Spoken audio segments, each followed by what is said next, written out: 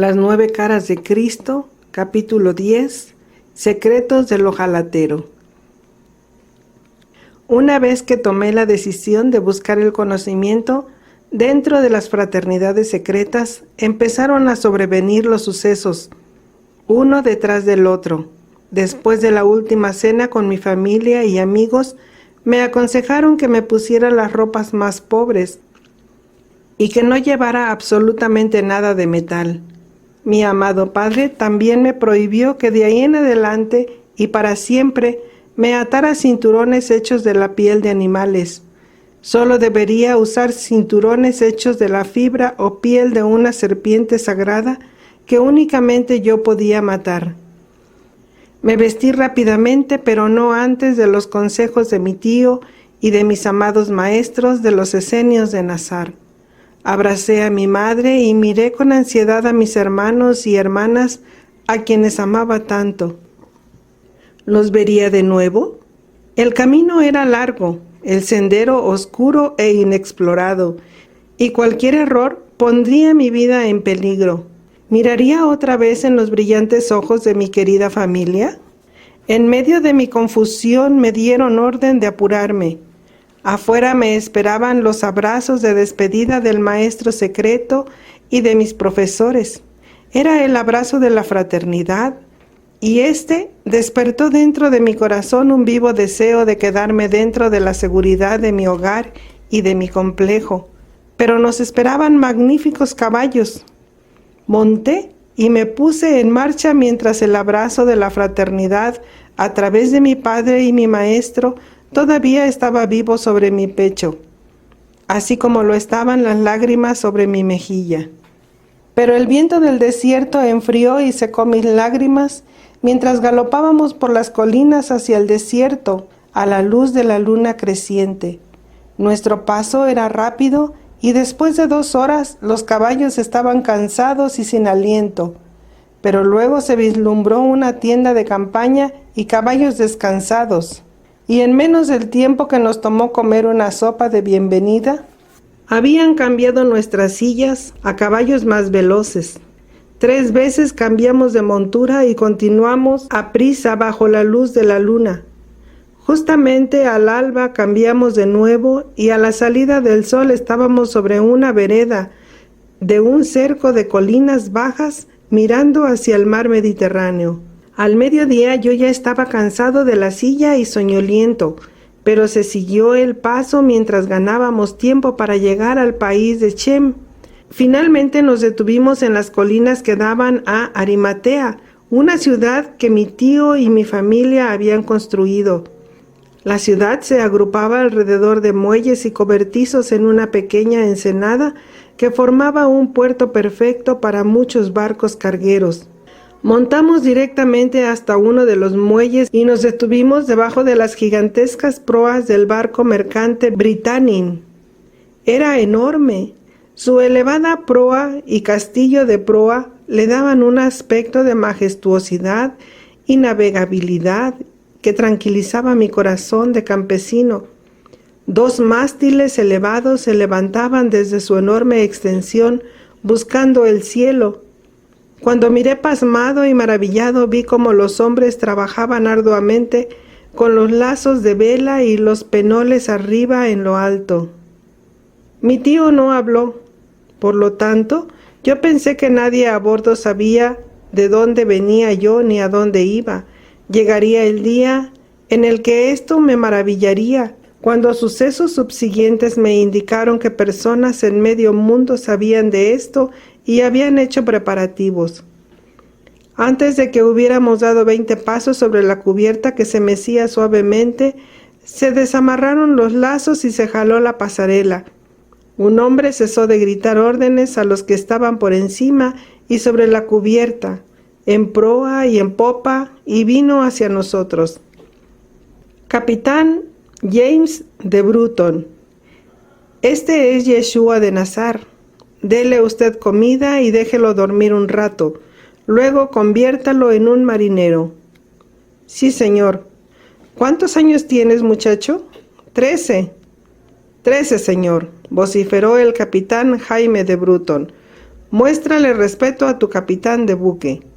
Vagamente me di cuenta de que mi tío se fue por la popa hacia el camarote de propietario y me dejó completamente a merced de este turbulento capitán. ¿Respeto, señor? ¿Me haría usted respetarlo por temor o por amor? No vi el golpe, pero me tumbaron hacia adelante de un golpe en la parte posterior de la cabeza. Cuando yacía aturdido a los pies del capitán, vagamente escuché las palabras que circularon. ¿Quién es este listo, señor? Yeshua de Nazar. Llévalo abajo, dale comida y déjalo dormir un rato. Luego conviértelo en un marinero, Nicodemo. Sí, señor. Unas manos ásperas agarraron mis hombros y me pusieron de pie. Mis rodillas se habrían doblado, pero un brazo fuerte me tomó y de un golpe me envió al borde del castillo de proa. Mis pensamientos se despejaron y después de unos segundos pude enfocar mis ojos en los de Nicodemo. Estos eran azul grises, muy brillantes y penetraban como fuego en los míos, con una extraña intensidad hecha de preguntas y mandatos. Luché para calmar mis sentidos aturdidos y luego me quedé erguido. Sobre el rostro de Nicodemo se posó una sonrisa siniestra cuando viró y se fue hacia la cocina. Yo lo seguí por la orden que dio con su gesto. De comer me dieron pan negro, cebada hervida y pescado asado, frío con puerros y calabaza. No era la mejor de las porciones, pero tenía muchísima hambre. A duras penas pude comer lo que me sirvieron y me dio mucho sueño tan pronto como mi estómago estuvo lleno. Vino un joven a buscarme y me llevó a la bodega mohosa del barco. Me entregaron una manta sucia y me mostraron un pedazo de cubierta sobre el cual ningún hombre había puesto su manta. Este lugar sería mi cama. Me acosté con la intención de llorar por mí mismo y por mi absurda decisión de arriesgar todo lo que había ganado a cambio de una meta desconocida. No podía llorar, me dolía la cabeza y la cubierta era dura. No obstante, de algún modo sabía que todo esto, me conduciría a mi meta final. De alguna manera esto formaba parte de mi entrenamiento dentro de aquella misteriosa gran hermandad blanca y dentro de la antigua y sagrada orden de Melquisedec. Me quedé dormido a pesar de los gritos emocionantes que estaban al mando de unos pies que corrían y caminaban ruidosamente por encima de mi cabeza. Un momento después, pareció que Nicodemo estaba de pie a mi lado sacudiéndome con fuerza. Era algo brutal comparado con la amable persuasión que usaba mi madre, y dentro de mí estalló la ira. Estaba lo suficientemente despierto como para tambalearme detrás de él sobre la cubierta del barco que se mecía suavemente. La brisa agradable besó mi rostro con la frescura del alba y me di cuenta de que había dormido toda la noche y que ya había amanecido. ¡Cuán bella era la escena! El Mediterráneo azul sostenía al Britannin como una manchita etérea de espuma dentro de una copa azul enorme. El agua parecía hacer una curva hacia arriba con relación al horizonte, y desde el oriente un rayo de luz solar formó un tapete de color rubí sobre el agua de color azul celeste. El barco era algo extraño, impulsado por una brisa favorable que soplaba a través de nuestra proa y llenaba las velas inmensas como las mejillas felices de ardillas apresuradas. Se escuchaba el grito indescriptible y solitario de las gaviotas de proa a popa y el chapoteo rítmico de las olas sobre el casco. En la parte de arriba, como las cuerdas rasgueadas de un laúd en la distancia, las cuerdas de vela emitían hermosos sonidos al ser besadas por el viento. Abrazándolo todo estaba la fragancia limpia y salina del mar que corría suavemente. Pasamos por la cubierta central y subimos a la cubierta elevada de popa y luego más arriba a la caña del timón. Desde allá se podía ver a través de las cubiertas del barco, incluso más allá de la proa hasta el horizonte. Hay un lazo y un barril para alzar agua, hay piedras para fregar, friega la cubierta y luego infórmame en la caña del timón. Con rapidez alcé varios barriles de agua, lavé la cubierta y fregué la superficie con las piedras pesadas. Con dolores en todas mis articulaciones caminé orgullosamente hacia Nicodemo. He fregado toda la cubierta, Señor. Bien, friégala 2 veces más. De nuevo levanté los pesados barriles, lavé la cubierta y la fregué bien con las pesadas piedras blancas. Con cuidado lo hice 2 veces, luego pasé a informárselo a Nicodemo, quien estaba de pie al lado del brazo de la caña del timón mirándome con ojos fríos. Baja y tráeme comida. Después de que hayas comido, friega esta cubierta 3 veces más. 3 veces más levanté los pesados barriles, lavé la cubierta y la fregué con las piedras. Cuando terminé casi no me podía levantar, pues mis músculos estaban acalambrados y mi cuerpo muy cansado. Pero comencé de nuevo y la fregué por 7ª vez. Luego, con cuidado le eché agua salada a la cubierta y coloqué las piedras en sus estantes. Entonces, cojeando, pude llegar hasta mi atormentador de mirada dura. Lavé la cubierta por 7ª vez, Señor. ¿Por qué? Para complacerlo, Señor. El golpe me sorprendió al lado de la cabeza y me hizo tambalear 6 pasos. Para complacerme, muchacho, ¿no has aprendido nada en este día de trabajo pesado? No trabajas para complacerme, trabajas para ejecutar mi orden y solo para eso. Puede que a mí no me guste darte una orden o a ti ejecutarla. Tú haces exactamente lo que se ordene y solo eso. ¿Está claro? En silencio asentí. Bien, ahora friega otra vez la cubierta, luego baja a buscar comida y encuéntrame donde quiera que esté. Te enseñaré a hacer unos cuantos nudos, por lo menos lo suficientes para que te ahorques. Fregué la cubierta por 8ª vez. Finalmente coloqué las piedras en su lugar. Aferrándome a la barandilla, evité que mis piernas se doblaran hasta que pude caminar de nuevo sobre ellas. Con dolores avancé lentamente y bajé por comida. Por llegar tan tarde el cocinero me maldijo y de mala gana me pasó los alimentos, ahorrando porciones y rezongando todo el tiempo.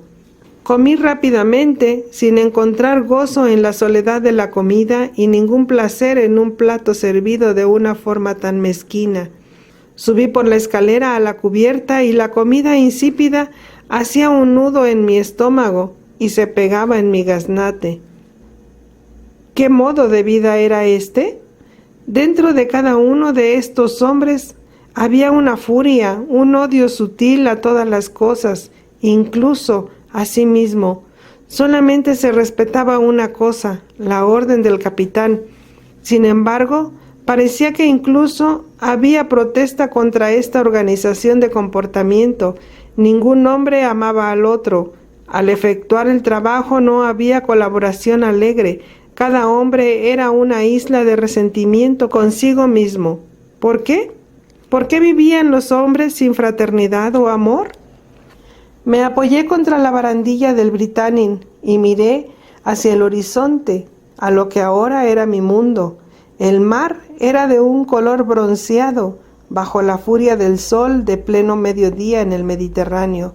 Ninguna brisa refrescante agitaba las cuerdas allá arriba y las velas escasamente estaban llenas y apenas gualdrapeaban un poco, como reacias a hacer su trabajo.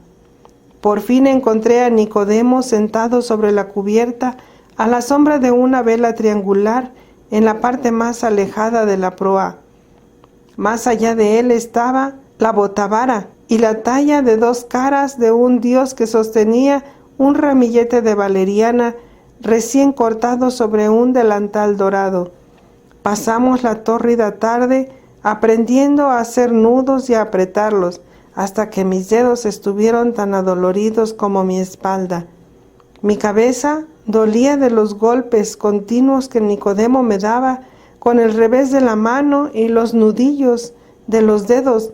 Cada vez que cometía un error, me golpeaba. Muchacho, piensa, concéntrate en el nudo. Tu mismísima vida depende de él. ¿Cómo puedo concentrarme en medio del temor? En momentos de terror debes ser capaz de poner todas tus facultades en un punto. Tu vida eterna depende de ello. Vez tras vez, hora tras hora, hacía el nudo que me ordenaban hasta el punto de que lo lograba incluso cuando los nudillos castigadores de sus dedos se cernían sobre mi cabeza. Cuando por fin había hecho los 37 nudos, cada uno 7 veces a gran velocidad y sin error, me sentí muy satisfecho de mí mismo, pero Nicodemo simplemente gruñó y dijo: «Ve a comer y luego descansa. Dentro de 4 horas te toca trabajar con la cuadrilla de la caña del timón».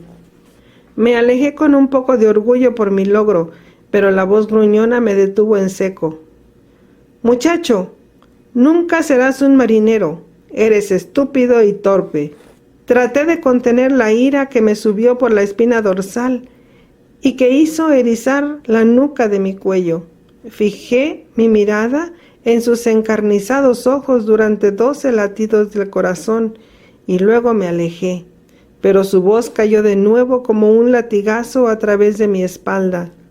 «Además, eres un enclenque, no tienes ni aguante ni fortaleza».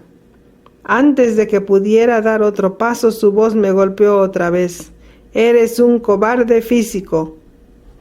Cuando me despertaron de una cachetada, el Britannic se estaba desviando de rumbo y cayendo sobre las hondonadas de un mar que se levantaba. No obstante, las velas estaban casi laxas y no había brisa que agitara la bochornosa furia de la noche. Deprisa me llevaron a la caña del timón y me colocaron frente a un marinero egipcio enorme, cuyo nombre era tan feo como su mal humor constante: Scacus. Nuestra tarea era dirigir la caña del timón hacia donde nos lo indicara Nicodemo. Cuando el movimiento era hacia estribor, me tocaba empujar. Cuando era a babor, le tocaba a Scacus. Continuamente teníamos que corregir el rumbo del barco. El enorme brazo de la caña del timón hacía una fuerte presión sobre mis brazos tensionados todo el tiempo. No podíamos descansar ni un momento. Scacus también tendía a la crueldad. Cuando podía, soltaba el brazo de la caña del timón para que me golpeara violentamente con la fuerza aplastante de una ola que embiste.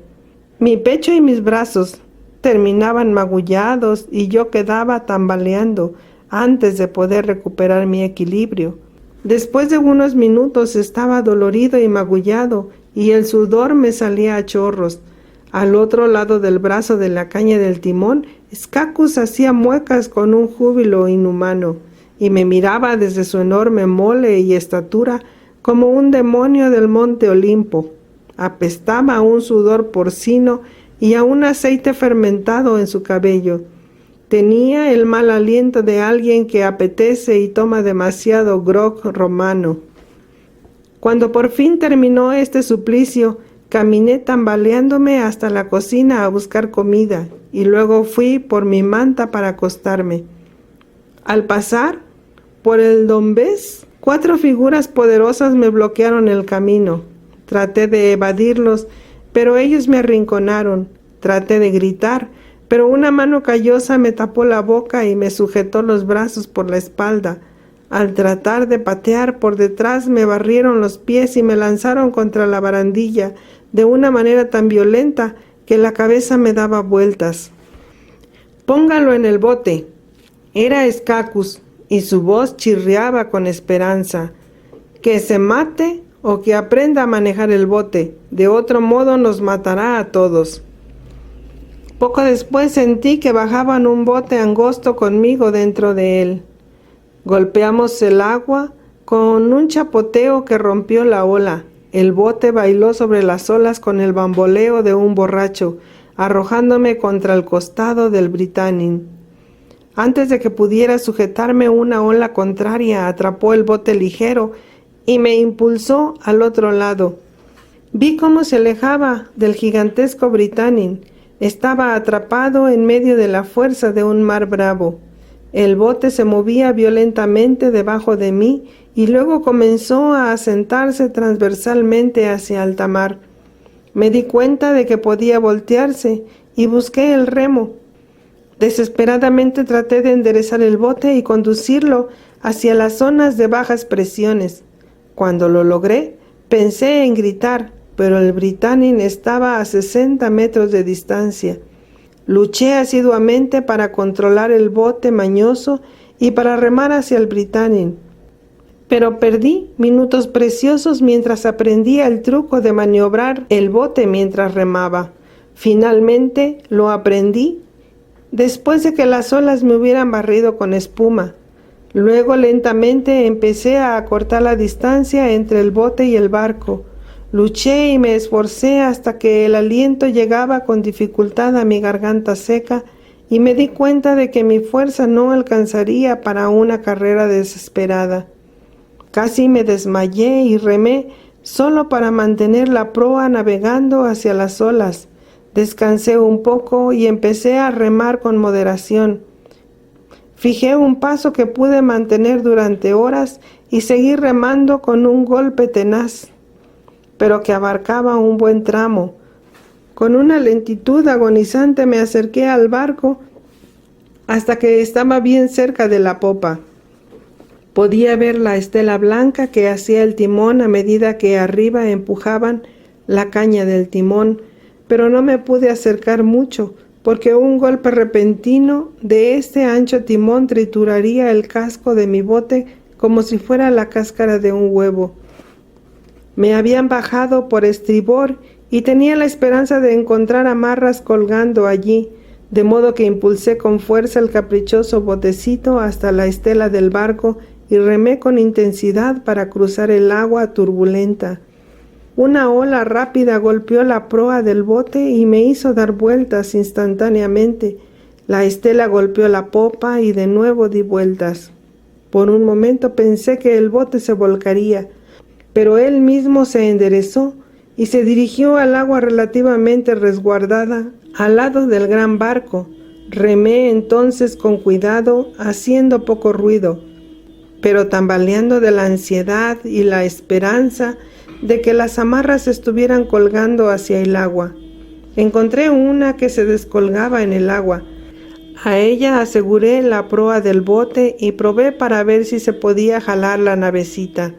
Así fue, y yo decidí trepar la amarra y luego jalé la nave hacia arriba.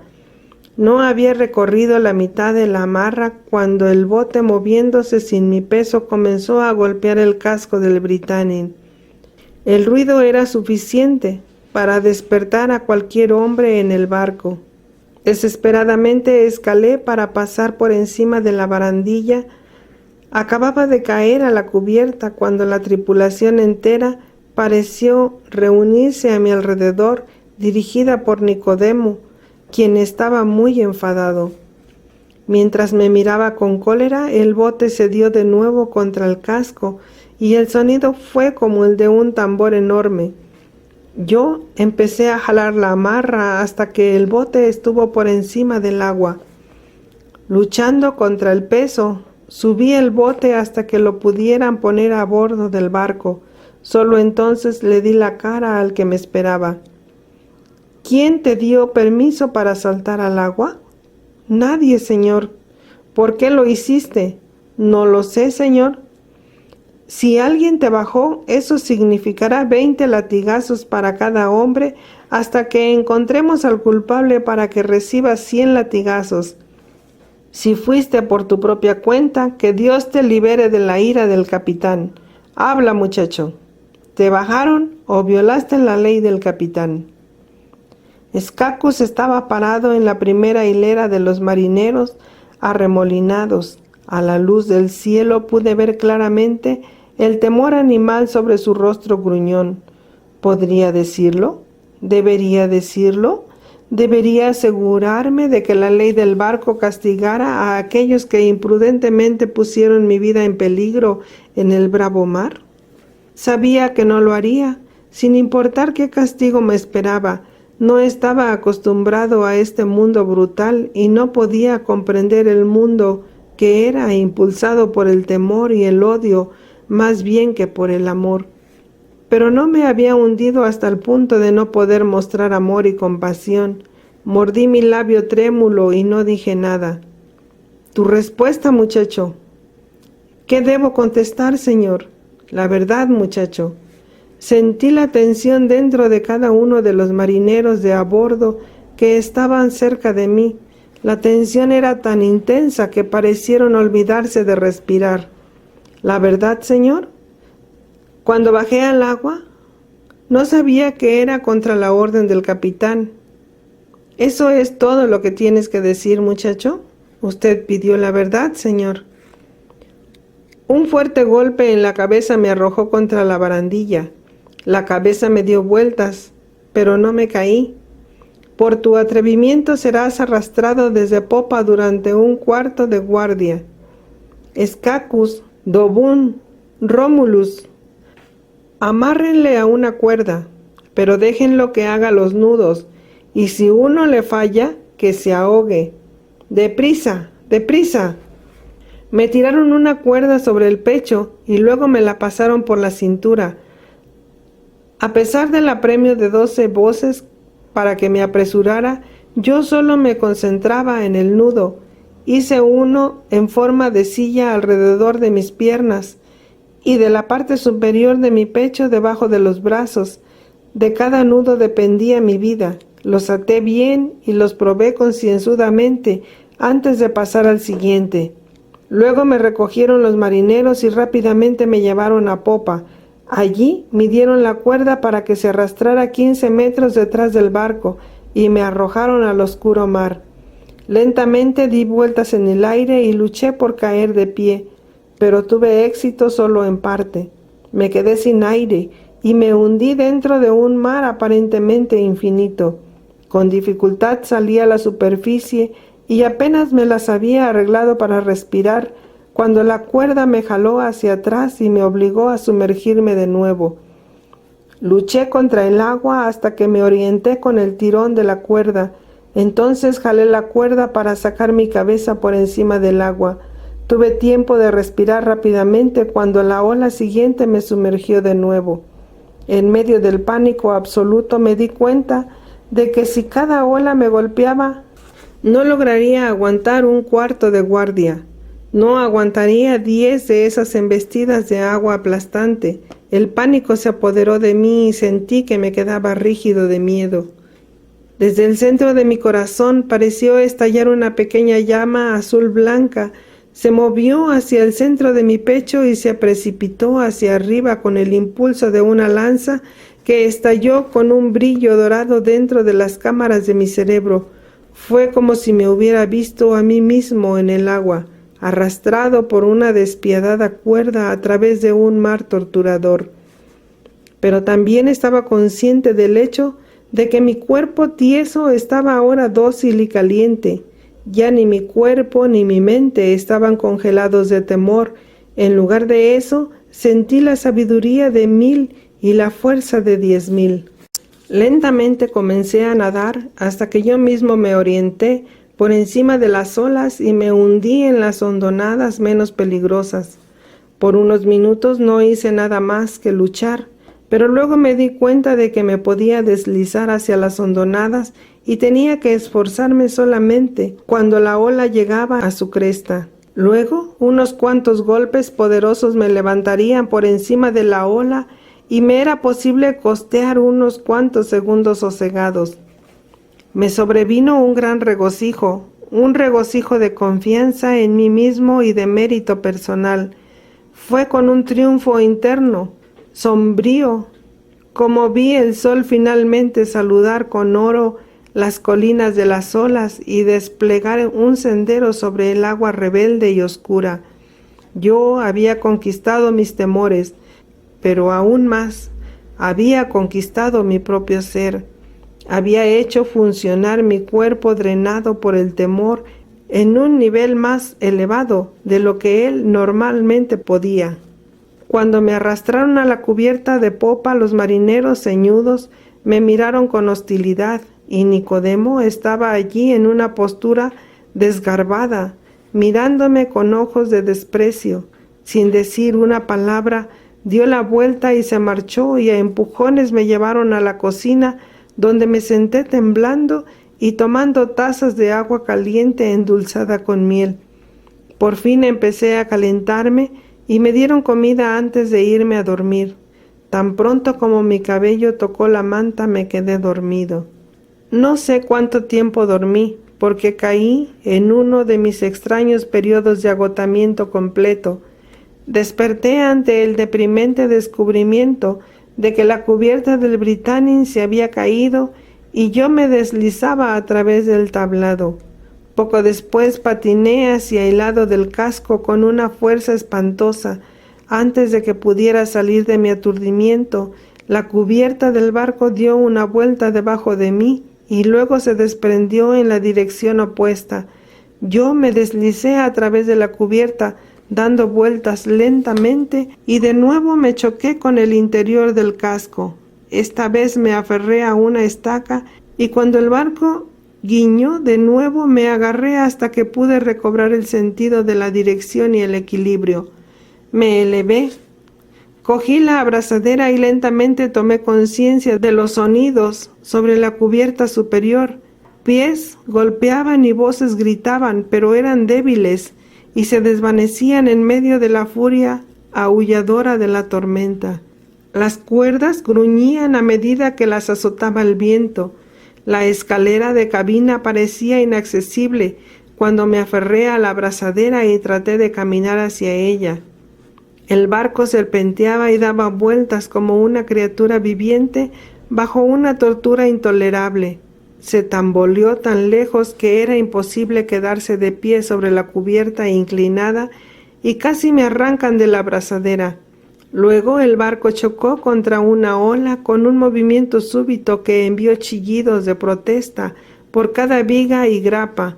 No obstante, aún mientras chillaba de agonía, se alzó para atacar las paredes de agua que se aproximaban. Yo estaba asustado y golpeado al tratar de mantenerme en pie. En la parte superior de la escalera de cabina encontré que la escotilla estaba asegurada y que no podía levantarla. Incluso al hacer presión con mi hombro sobre la madera podía sentir la presión del agua sobre la estructura. Me aferré contra la escotilla, encajado entre el travesaño y la tapa de la escotilla, y esperé. Pareció que pasaron horas hasta escuchar algún cambio en el chirrido de la madera. Luego empeoró, pero de repente la escotilla asegurada cedió a la presión de mi hombro. Esperé hasta que la fuerza tremenda de una ola había pasado con un estruendo y salté con toda la velocidad que me permitían mis músculos acalambrados y adoloridos. La escotilla no estaba todavía del todo en su lugar cuando el viento trató de arrebatarme. Luego vino el latigazo de una pared de agua que rompió por encima de la proa. El golpe me envió a la cubierta, pero me aferré de la parte baja de la escotilla hasta que la ola brutal me dejó libre. Luego me puse de pie y traté de asir la escotilla de una forma más conveniente. A la media luz del alba miré hacia abajo y contemplé la destrucción total de la parte superior del barco. Lazos partidos colgaban de penoles, hechos trizas, aullando con el viento y flagelando a través del combés del Britannic. Ni una vela estaba intacta. Harapos ondeaban de cada cuerda y cada pescante. Esperé que pasara una ola, me abalancé por la cubierta y sujeté con las manos el mástil delantero, y allí, amarrados a la red de cuerdas, estaban Scacus y Dobún, que se aferraban para permanecer vivos en medio del fuerte viento. Sangraban por la cabeza y los hombros de la zurra que les propinaron las cuerdas mojadas. Me aferré mientras una ola pasó por encima de mí. Cuando el agua se retiró para atacar de nuevo, Scacus gritó: «¡Amárrate! ¡Caerás al mar!». ¿Qué pasó? Una pared de agua estrepitosa detuvo su respuesta. Cuando hubo pasado, él gritó por encima de las olas, el viento y el quejumbroso barco. Nos atacó un ciclón sin advertencia. Nadie se puede mover. Amárrate. Empecé a amarrarme, pero luego me detuve. Algo me impulsó hacia adelante. Algo me exhortó a que siguiera hacia la proa del barco. Entre las olas corrí hasta la escalera que conduce el combés a la cubierta delantera. Antes de llegar a la proa, tuve que aferrarme 7 veces a las abrazaderas. La proa se elevaba y luego se sumergía, clavándose bajo el agua por algunos segundos, y era evidente que había peligro delante, pero no podía regresar. Avancé poco a poco hasta que vi por qué había venido. Allí, presionado contra el mamparo, estaba Nicodemo. Lo sostenían un palo y un pedazo de mástil, partido y hecho pedazos, pero unido en forma de cruz. Estaba casi inconsciente. Cada vez que pasaba la ola y la proa del barco se elevaba hacia el cielo, podía ver que él luchaba contra el peso de la cruz. Estaba demasiado débil para levantarla. Yo tenía que tener cuidado, porque si lo desprendía en el momento equivocado, la ola lo arrojaría al mar. Antes de tocar el palo o el mástil, coloqué un lazo alrededor de la barandilla y luego lo até debajo de sus brazos y piernas en forma de silla. Luego bajé y me paré a su lado. Esperé a que rompiera la ola. Juntos luchamos por levantar la cruz y nos ayudó la ola que embistió. La cruz se ladeó hacia arriba. Por un momento se quedó parada como una sombra ominosa sobre nuestros cuerpos y luego cayó hacia atrás al furioso mar. Impotentemente me aferré a la barandilla hasta que pasó la ola. Lentamente ayudé a Nicodemo a cruzar la cubierta, pasando la cuerda que lo había azotado por los puntales de la barandilla. Finalmente lo arrastré hasta la escalera de cabina y hasta el combés del barco. Pero mi fuerza estaba fallando. La batalla contra el viento y las olas habían durado más de 1 hora y el cansancio me estaba volviendo estúpido y lento.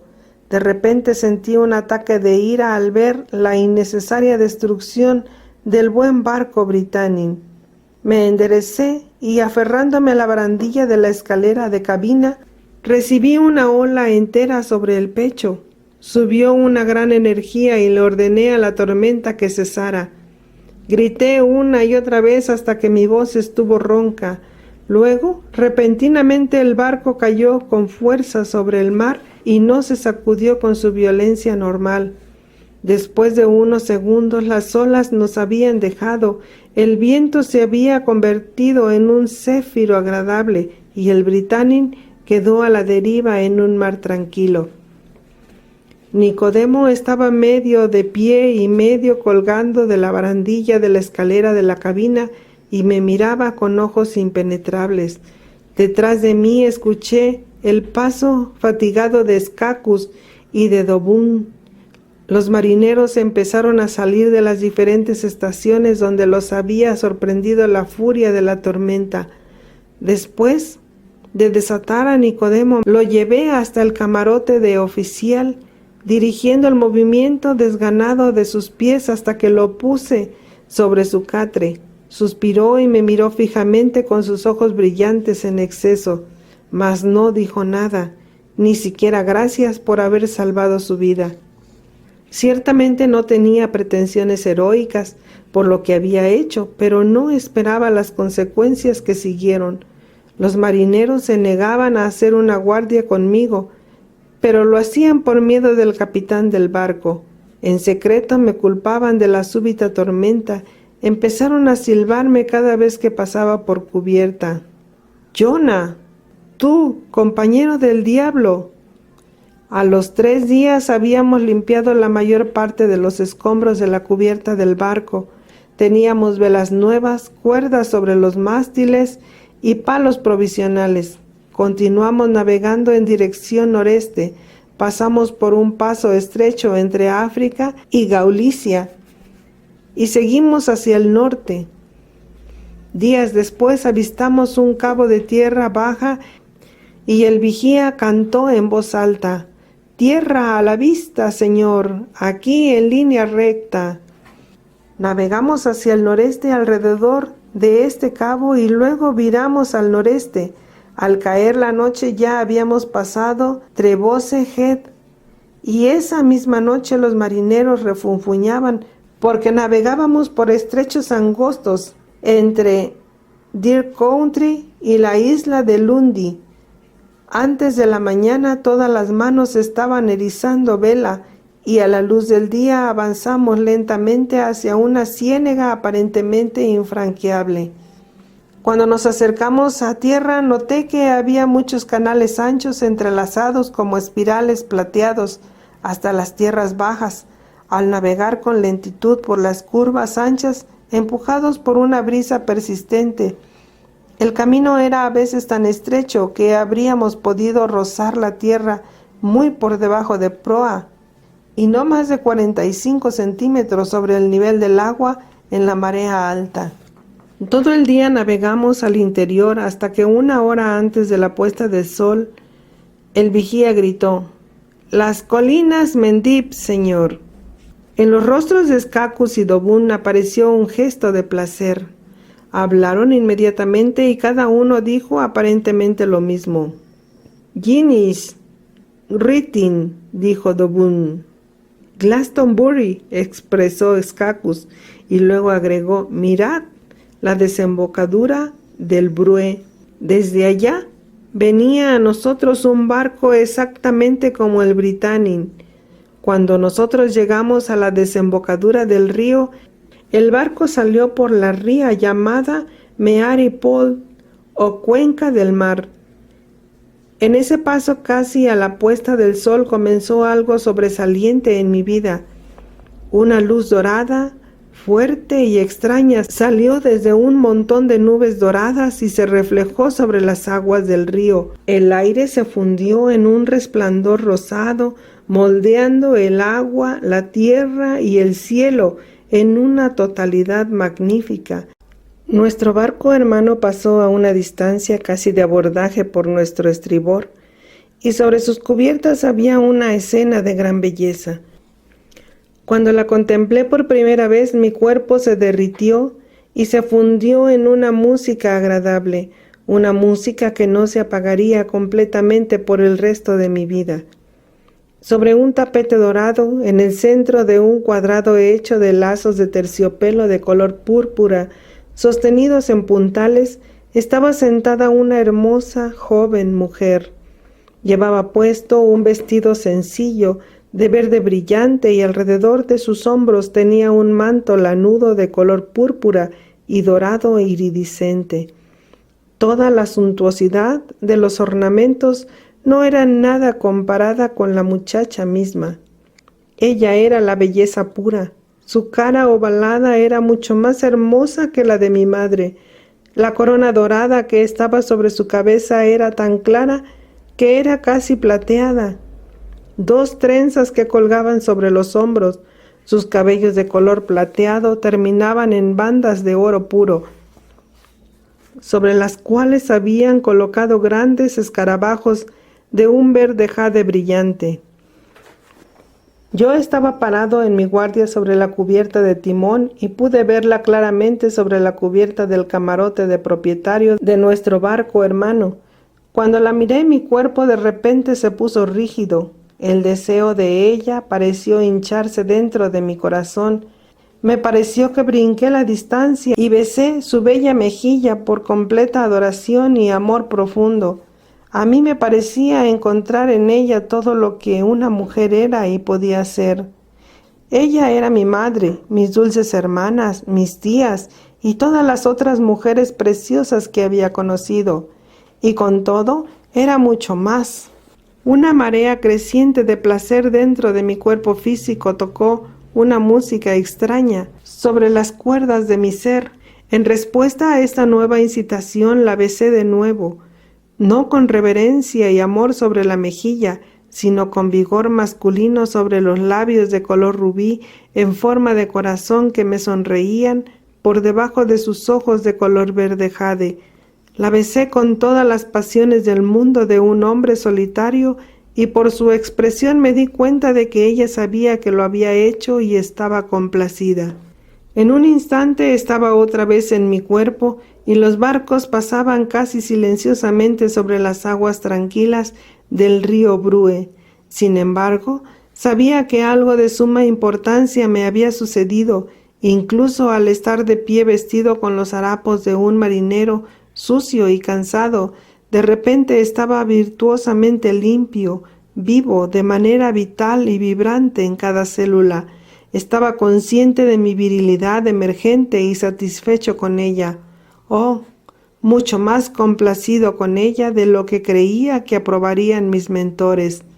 No obstante, sabía que también había un tirón espiritual e infinito desde lo interior de mi ser hacia esta muchacha sonriente, cautelosa, bella y silenciosa. Aun cuando los barcos se habían apartado y ella se había perdido en la distancia, todavía la podía sentir, la podía ver. Era como si cada célula de mi ser hubiera sido grabada con el camafeo de su belleza y su simpatía. En algún lugar de la colina distante más allá del embarcadero de Glastonbury, un petirrojo le cantó al final del día y sus notas flotaban en el aire como una canción en un sueño dulce. A partir de ese momento, con solo escuchar la canción de un petirrojo, volvía a tener la visión de la gracia femenina y tierna. Yo estaba seguro de que nunca había habido tal belleza. Habría permanecido perdido en mi ensueño de ella si no hubiera sido por el llamado de desembarco. El grandioso barco se convirtió en un campo de batalla de pies que corrían para llevarnos a salvo al muelle. Después de que aseguraron el barco, cientos de cornualles locales empezaron a abordar y a sacar la carga y los mercados del distrito y a otros pueblos y mercados por todo Somerset y las llanuras de Salisbury. A la mayor parte de los marineros se le dio permiso para abandonar el barco y me ordenaron que fuera con ellos. Ninguno quería caminar conmigo, así que me metí en el grupo y aprendí mucho al escucharlos. Esta serie de lodazales era, de hecho, un lago lento en las tierras bajas del condado de Somerset. A ella y a toda el área se le daba el nombre de Meare Pool. El lago, que tenía muchos brazos, se alimentaba del río Brue y desembocaba al mar, y sobre la línea de agua dulce de este río navegable estaba la aldea llamada Guinness Ritin. Algunos la llamaban la ciudad de cristal, otros Glastonbury o fortaleza de vidrio. Alguien llamó a la aldea entera y a la extensa zona campestre desde las llanuras de Salisbury hasta las colinas Mendip, la casa de Dios. Al escuchar esto, mi carne súbitamente cobró vida. ¿Qué sabían estos marineros rufianes sobre la casa de Dios? ¿No era esto lo que llamábamos la parte interna y sagrada de nuestra fraternidad de los esenios? ¿Por qué entonces se llamaba así este lugar extraño? Caminamos cansadamente por el muelle, dejando atrás a la gente amable y sonriente de cabello rubio de la aldea que pescaba en el río. Continuamos hacia adentro a lo largo del río y luego doblamos súbitamente hacia las colinas y comenzamos a trepar por el borde de una colina singularmente abrupta y escarpada. No habíamos avanzado mucho cuando nos detuvimos para descansar. Nicodemo se me acercó, todavía cojeando un poco, y se sentó lentamente. ¡Ay! No se dirigió a nadie en particular. Con razón llaman a este lugar la colina que lo fatiga todo. Estamos fatigados todos. Cuando nos pusimos de pie para continuar, yo me detuve asombrado. Alcancé a ver dos cosas. Lo primero de todo, Guinness Ritin, que daba al lado de una isla que estaba rodeada por dos brazos del ancho y lento río. Segundo, el piso alzado que estaba más allá de la colina que lo fatiga todo, era como un monte hecho por el hombre, una pirámide de tamaño enorme con su cima truncada sobre un área extensa, Desde donde habíamos descansado, podíamos ver las trochas que se cruzaban por los lados de esta montaña, aparentemente diseñada por el hombre. Con avidez seguía hacia adelante. Mi curiosidad jalaba mis cansadas piernas. Antes de llegar a la primera trocha, Nicodemo gritó y me dijo con un gruñido: «Muchacho, sobre esta montaña hay un lugar de descanso de marineros. Solamente los marineros pueden permanecer allí. Mira, allende el valle, ese brazo del Brue, y más allá sobre el terreno pantanoso, ¿ves el roble gigantesco? Ve allá, constrúyete una choza en la que puedas descansar y espera sin falta hasta que vengamos por ti. ¿Me oyes, muchacho?» «Sí, señor». Di la vuelta de la trocha bien recorrida y me dirigí al roble distante que se vislumbraba de gran tamaño en el terreno pantanoso a 1000 pasos de distancia. Bajé hasta el Valle Verde, fui vadeando el brazo chispeante del río Brue y bebí hasta la saciedad de su agua dulce susurrante. Luego seguí abatido hacia el roble imponente, sintiendo en mi corazón la miseria del fracaso y la tortura de la soledad. La idea de que mi tío me había abandonado era algo doloroso. Me había dejado en las manos de una tripulación de rufianes y ni siquiera me habló cuando terminó el viaje. ¿Por esto había renunciado a mi joya de maestro? Subí por el bajío hasta el roble y me senté bajo la sombra cerca de su enorme tronco. Estaba cansado y solo había pasado una noche y un cuarto de día desde que habíamos anclado en el muelle de mi tío, pero no me podía quedar sentado. Me dijeron que construyera una choza para descansar y que esperara hasta que alguien viniera a buscarme. Lo que había aprendido a bordo del Britannic era que la obediencia era la ley número 1 de mi nuevo mundo. Busqué materiales, pero no había nada. Finalmente vi unas cañas largas que crecían en el brazo del Brue. Eran pulposas y fuertes, pero flexibles. Reuní un buen número de ellas y las llevé bajo el brazo hasta un lugar a unos 40 pasos del enorme roble. Allí, trabajando arduamente, sin comida, bajo el sol de mediodía, empecé a construir una choza pequeña, entrelazando las cañas, después de enterrar los extremos con profundidad en el suelo para que el viento no derribara la choza. Cuando terminé el armazón, que era casi impermeable, traje hojas largas de lecho y las intercalé desde la parte superior hacia abajo para que protegieran de la humedad y el rocío. Luego, a través de un agujero que había dejado en la parte superior, construí una cúpula uniendo cañas más largas, abierta al aire y al humo, pero a prueba de agua. Cuando terminé, el sol se estaba ocultando y tenía hambre, pero estaba orgulloso de mi choza rudimentaria, hecha con mis propias manos y mi habilidad. Dejé mi manta y el morral dentro de la choza y bajé deprisa al brazo del río Brue. Allí encontré mucha agua, árboles de frutas salvajes y enredaderas de bayas dulces. Rápidamente me hice una canasta grande con cañas pequeñas y la llené de comida para el día siguiente. En medio de la oscuridad que se cernía, emprendí el camino hacia mi hogar de cañas. La oscuridad me hizo sentir solitario. Encontré 3 piedras que me sirvieron como fogón y busqué ramas secas para encender un fuego que me animara. Sentí que por las mejillas me bajaban las lágrimas de lástima por mi propia soledad y los alrededores primitivos.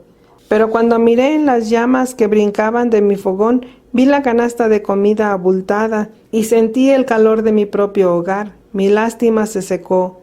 Luego, en las llamas vi de nuevo a la muchacha dorada sobre el tapete de oro y de nuevo en medio de mi ansiedad y adoración. Besé sus labios de color rubí y ella estaba complacida. A medida que pasaban los días me preparé para el frío que se acercaba. Reuní nueces y bellotas, traje cordones de leña e hice todo lo necesario para protegerme a mí mismo y a mi hogar. Al principio deseaba compañía, pero a medida que los días se convertían en semanas, casi me atemorizaba la idea de que alguien viniera a sacarme de mi paraíso y me llevara al barco bestial. Si mi tío verdaderamente me había abandonado, llegué al punto de agradecérselo. Mi única preocupación era que no parecía estar avanzando hacia mi prometida meta de conocimiento sobre la Hermandad Blanca y la Orden de Melquisedec. Cada noche, cada mañana y cada mediodía pedía que pudiera continuar el camino de servicio a mi prójimo. De este modo, verdaderamente os digo, continué durante 20 semanas en mi conteo y ningún hombre me habló, ni yo a ningún hombre. Pero había crecido más allá del temor, más allá de la soledad, más allá de la crítica de mí mismo o de los hombres. Me había vuelto hacia adentro, a los recursos de mi propio corazón se ingeniaba y de los cuales la meditación y la contemplación eran parte primordial, pero la visión de la muchacha dorada era lo más agradable. Cada día a la puesta del sol colocaba una roca del tamaño de la palma de la mano sobre un camino que eventualmente haría curva desde mi choza hasta el imponente roble. Este era el calendario con el cual yo contaba los días. Había colocado la piedra número 147 la noche anterior, cuando a la salida del sol escuché la música de gaitas y tambores que salía de más allá del roble. Corrí hacia su tronco gigantesco. No vi a nadie en el terreno pantanoso. No obstante, la música y la cadencia aumentaban cada vez más. Me quedé de pie totalmente deleitado, pero perplejo porque no conocía la fuente de la música. Luego, cuando miré la tierra que estaba más allá del roble, comenzó a levantarse y a doblarse hacia atrás por los 4 lados hasta que se formó una abertura como la de una cisterna o la de un pozo bordeada de piedras de granito gigantes. Entonces un grupo de druidas salió marchando de la boca de la cisterna en perfecto orden y ritmo. Primero salieron los heraldos y los guías gloriosos en túnicas amarillas y sobre túnicas de color rubí. De segundos venían los sacerdotes inferiores en los rangos de eubates de verde y azafrán. Les siguió un grupo de sacerdotes en los rangos de bardos, usando túnicas sencillas de muchos colores, como las que usan los viajeros, y cada sacerdote llevaba un laúd o tenía el símbolo de un laúd bordado sobre su túnica o su capucha. Luego salieron los poderosos druidas. Incluso en su forma de caminar se reconocía su poder y majestuosidad. Se movían en una unión consciente, una hermandad magistral, como soldados del espíritu que habían conquistado a todos sus enemigos. Cada uno era augusto en su túnica blanca y azul, en su abrigo verde y azul y en su capucha de terciopelo morado. Sobre la cabeza de cada uno se colocó el bonete incrustado de joyas de color rojo sangre. Por último salió el archidruida, con sus 12 jefes druidas. Se veían esplendorosos en túnicas blancas o verdes según el rango y mantos de terciopelo morado. La procesión dio una vuelta y por rangos rodearon el majestuoso roble sobre el cual yo me apoyé porque mis piernas se debilitaron demasiado para sostener mi corazón excitado. Luego, a la señal del personal de un jefe druida, cesaron todos los sonidos y todos cayeron de rodillas sobre el terreno pantanoso y me rodearon. También me puse de rodillas porque sabía que ellos adoraban al Altísimo Dios, a quien reverenciaban de una manera más intensa, orando al frente del roble más grande de un bosquecillo. Después de la ceremonia y las oraciones, la congregación se puso de pie y el sonido de las gaitas y los tambores la condujo de regreso a la boca de la cisterna. Nada se me dijo, ni hola ni adiós, ni siquiera un apártate que distraes nuestro culto. Ningún ojo me reconoció, ninguna cara se iluminó con un saludo. Era como si no existiera para ellos. ¿Cómo puedo decir cuán grande era mi ansiedad de estar con ellos y de pertenecer a ellos? Al principio mi corazón estaba lleno de esperanza y gratitud porque ellos habían venido a buscarme. Pero a medida que desaparecían hacia las rocas de la cisterna, mi corazón se entristecía más y más. Después de que cerraran las rocas, me quedé parado sobre el terreno inundado por el sol cerca del roble gigantesco. Sentí las lágrimas sobre mis mejillas. Poco después me volví a la meditación y me di cuenta de que no era ni bueno ni malo que me hubiesen dejado así olvidado, y me las arreglé para volverme indiferente en cuanto a mi futuro. Cerca del mediodía pasó un anciano por el terreno pantanoso. Estaba envuelto en un manto color castaño y tenía una capucha grande que ocultaba su rostro bajo las sombras profundas. De esa caverna de oscuridad salió una voz débil y temblorosa que hacía juego con la espalda doblada, el paso rengo y el bastón grande. «Joven, creí haber visto a esos malditos druidas. ¿Estuvieron aquí?» «Anciano, no puedo decir que sí. Hubo druidas aquí, pero no sé que sean malditos». «¡Ay, malditos! Buen muchacho, ¿no sabes que por aquí está Fuente de Sangre?» «¿Fuente de Sangre?» «Fuente de Sangre. Se llama así porque ellos seducen jóvenes aspirantes hacia las fauces de esa sangrienta cisterna para sacrificarlos a Hu Rojipicado, su dios, y a la diosa manchada de sangre, Seridwin.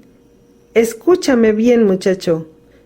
Muchos entran como hombres, pero te doy mi palabra, nunca he visto regresar a ningún hombre». El jorobado se alejó refunfuñando con desprecio contra los druidas y su sacrificio humano, y se perdió por el borde de la colina. Tuve mucho tiempo para reflexionar sobre la siniestra advertencia, porque el día pasó lentamente hasta que a la puesta del sol coloqué la roca número 148 y me senté para mi comida solitaria antes de ir a mi camastro de juncos. La contemplación sobre las cosas que me habían sucedido y la meditación sobre el espíritu del hombre rápidamente le abrieron las puertas al diario beso de mi querida muchacha dorada y luego a un profundo sueño. Me despertó el débil y melancólico sonido agudo de un son triste. Escuché la canción triste, casi como alguien que sueña. Se acercó a mi choza, yo me puse de pie y salí hacia la noche.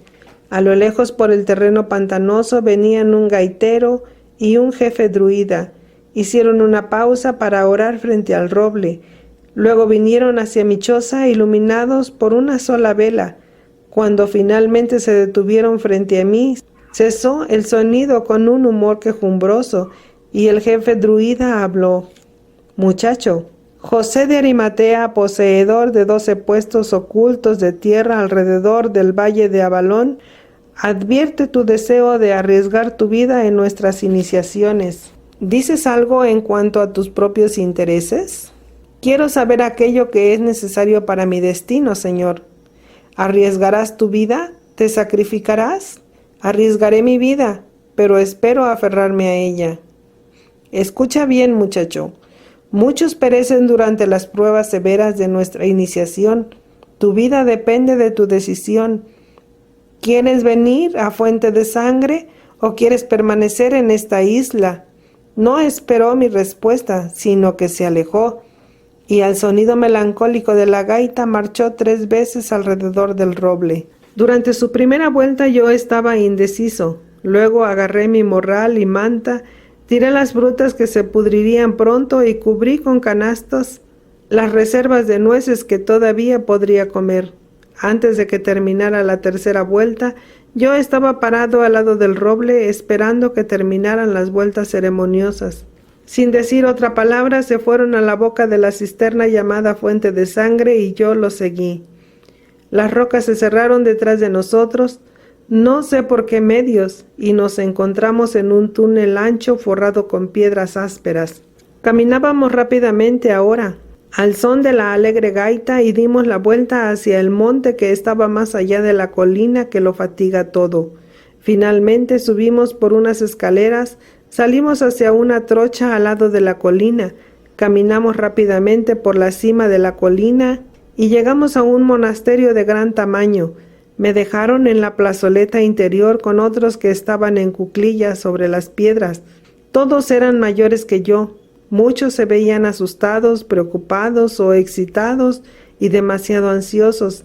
Mi mayor esfuerzo era permanecer calmado y desapegado, pero ahora sé que parte del rocío matutino que me quité del rostro fue destilado por los suspiros de abandonar mi rudimentaria choza cerca del gran roble en el valle de Avalón. Poco después aparecieron 6 jefes druidas, cada uno era maestro de uno de los centros de instrucción e iniciación alrededor de la comarca. A todos los que esperábamos en la plazoleta nos formaron en hileras, nos ordenaron seguir el compás de la gaita y de los tambores, y que siguiéramos al jefe druida al paso que él fijara. Yo estaba en el grupo de unos 70 candidatos a quienes enviaron a Cornbrae, la aldea de las 3 colinas perfectas. Empezamos con paso suave, el tambor tocaba su ritmo. Lentamente aumentamos el tempo hasta que nos movimos con rapidez en medio de la oscuridad de las veredas desiguales. Saqué de mi mente toda la incomodidad del piso desagradable y accidentado y huí hacia la oscuridad siguiendo el ritmo perfecto de ese tambor guía y comandante. Caminamos durante 3 horas sin detenernos. Después de un corto descanso, continuamos durante toda la noche y después de la salida del sol toda la mañana. Finalmente el tambor se detuvo y nuestros pies cansados se flexionaron para mirar la magnificencia de Cornbrae desde la llanura de Salisbury. Era un verdadero paraíso de belleza que abarcaba varias horas de camino en cada dirección. Estaba diseñada para adornar las 3 montañas perfectas, alrededor de las cuales se agrupaba. Nos hicieron correr hasta sus paredes y allí a esa misma hora comenzamos los estudios de todas las ciencias conocidas al hombre. Allí pasé los 13, los 14 y los 15 años en estudios y recitaciones que iban desde el alba de un día de verano hasta bien avanzada la noche. Nos ordenaban estrictamente, nos acosaban, nos intimidaban, nos confundían y nos guiaban a tareas nuevas y a lecciones tan rápidamente como domináramos la primera que nos asignaban. También pasábamos largas horas trabajando en los campos cercanos a los cuales íbamos al ritmo del tambor eterno e incansable. Nos enseñaron el uso de la espada larga, la espada corta y el arco, siempre al ritmo del incansable tambor. Nos desnudaban hasta quedar solo en taparrabos y nos enseñaban a luchar con las manos. Nos mostraban maneras de mutilar y matar. Tan pesadas eran las asignaciones que muchos caían en el camino. Unos cuantos morían por el esfuerzo. De noche nos encerraban en jaulas pequeñas de piedra, no más largas que un paso por 3. Algunos hombres enloquecían a causa del encierro. Yo tuve suerte, pues en la fraternidad de Senia me habían entrenado para tareas difíciles y ya estaba acostumbrado a largas horas de trabajo duro. Aprender a mutilar y a matar no era una tarea para mí. En mi mente invertí el pensamiento y creaba a partir de aquello que se suponía que debería usarse para destruir. El encierro en la celda no significaba nada para mí. En una fantasía tan real que no era un sueño, podía visitar mi choza rudimentaria una y otra vez, besar los labios deseosos de mi muchacha dorada. A medida que pasaba el tiempo, yo pasaba de grupo en grupo, hasta que muy pronto ya estaba trabajando con aquellos que habían estado en Cornbrae durante 10, luego 12 y hasta 19, 20 y 21 años. Solamente había 9 que habían pasado todas las pruebas, aguantando todas las dificultades y aprendido todas las ciencias requeridas. Para mi sorpresa, pasé de la clase de candidato iniciado a la clase de eubate. En el lapso de un año pasé de eubate a bardo. Como bardo hubiera podido quedar libre para vagar por el campo como lo hacían otros bardos, contando la historia del Rey de Gloria y sus 12 caballeros de la mesa redonda de la eternidad. Escogí quedarme y puse toda mi energía y voluntad para prepararme para el último paso de la formación, la espantosa y a veces mortal iniciación de la clase de los druidas. Una mañana después de nuestras ceremonias quincenales de iniciación en el solsticio de invierno, me despertaron al mediodía y con otros 8 me enviaron a una carrera hacia la noche desde Cornbrae por las llanuras de Salisbury hasta el distante y poderoso Caer Gaur. ¿Podía incluso el más dotado explicar lo que ese nombre y ese lugar han significado para el desarrollo de la humanidad y del hombre iniciado? Si solo la lengua pudiera contar la importancia y la antigüedad de los símbolos y la instrucción que se da allí, todos los hombres caerían de rodillas. Caer Gaur, el gran templo de los antiguos druidas, estaba frente a nosotros, entretejido en un velo de rocío, pero no solamente brillaba con los primeros rayos del sol.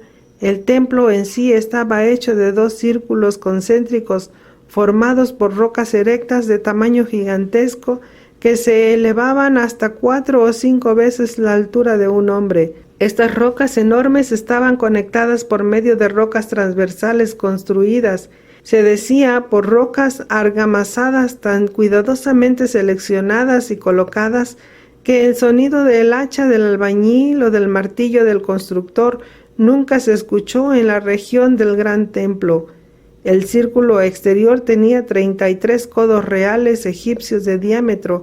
Estaba hecho de 60 rocas gigantescas, 30 verticales y 30 en imposta. El diámetro del círculo interior era de 30 codos reales egipcios y estaba hecho de 40 rocas gigantescas. Dentro de estos 2 círculos estaba el santuario del archidruida. Estaba hecho de 2 óvalos concéntricos. La forma de huevo del santuario era solamente uno de los muchos símbolos que, como más tarde lo averiguaría, cumplían la función de enseñar los antiguos secretos de los druidas en vez de usar las palabras. Las piedras exteriores en forma de huevo llegaban a 10 y el óvalo interior lo formaban 19 piedras. Dentro de este símbolo tan cuidadosamente diseñado para darle al mundo su entero significado, había un altar construido en forma de cubo perfecto. Dentro de ese lugar había tantos símbolos que podrían ocupar la meditación de un estudiante durante un año. Caer Gaur, o como unos cuantos británicos lo llamaban, Stonehenge, estaba al aire libre, pues los druidas lo consideraban el lugar de Dios. Ellos sostenían que Dios era demasiado grande para ser abarcado por techos y pisos, o para ser adorado en cualquier salón que no estuviera abierto al sol. Entre los círculos y grupos de piedras había un césped. A todo el templo lo rodeaba un enorme malecón, más allá del cual había una zanja profunda. Se decía que ambas se construyeron con herramientas no más fuertes que una caña verde y que toda la tierra se movió con manos de amor. También se decía que las docenas de cuartos subterráneos que quedaban al extremo norte del poderoso templo fueron cavados con dedos amorosos y con cañas suaves y flexibles. El jefe druida nos hizo detener sobre un sendero que conducía directamente al portón entre las piedras gigantescas. Mirando hacia esa ruta, vi algo que me confundiría mucho, que casi me hizo perder el examen final y que finalmente sería muy significativo en mi vida. Cerca de la entrada había una sola roca, delgada y derecha, erguida sobre la tierra. Más allá de ella, dentro del círculo interior, había otra roca similar, pero mucho más grande, altísima, en medio de su soledad entre las otras rocas que tenían como fin común servir de pared. Me preguntaba por qué estas 2 rocas se habían colocado de una manera tan visible y tan inútil en el gran templo. Cuando el tamborilero se acercó, le dije en voz baja: «Señor, mirando hacia abajo en este sendero se ven 2 rocas, una separada de la otra y aparentemente inútiles. ¿Cuál es su propósito y cómo se les llama?» «Nadie lo sabe, muchacho. Se llaman Falo 1 y Falo 2, mas su uso y significado no son conocidos a ningún hombre. Silencio».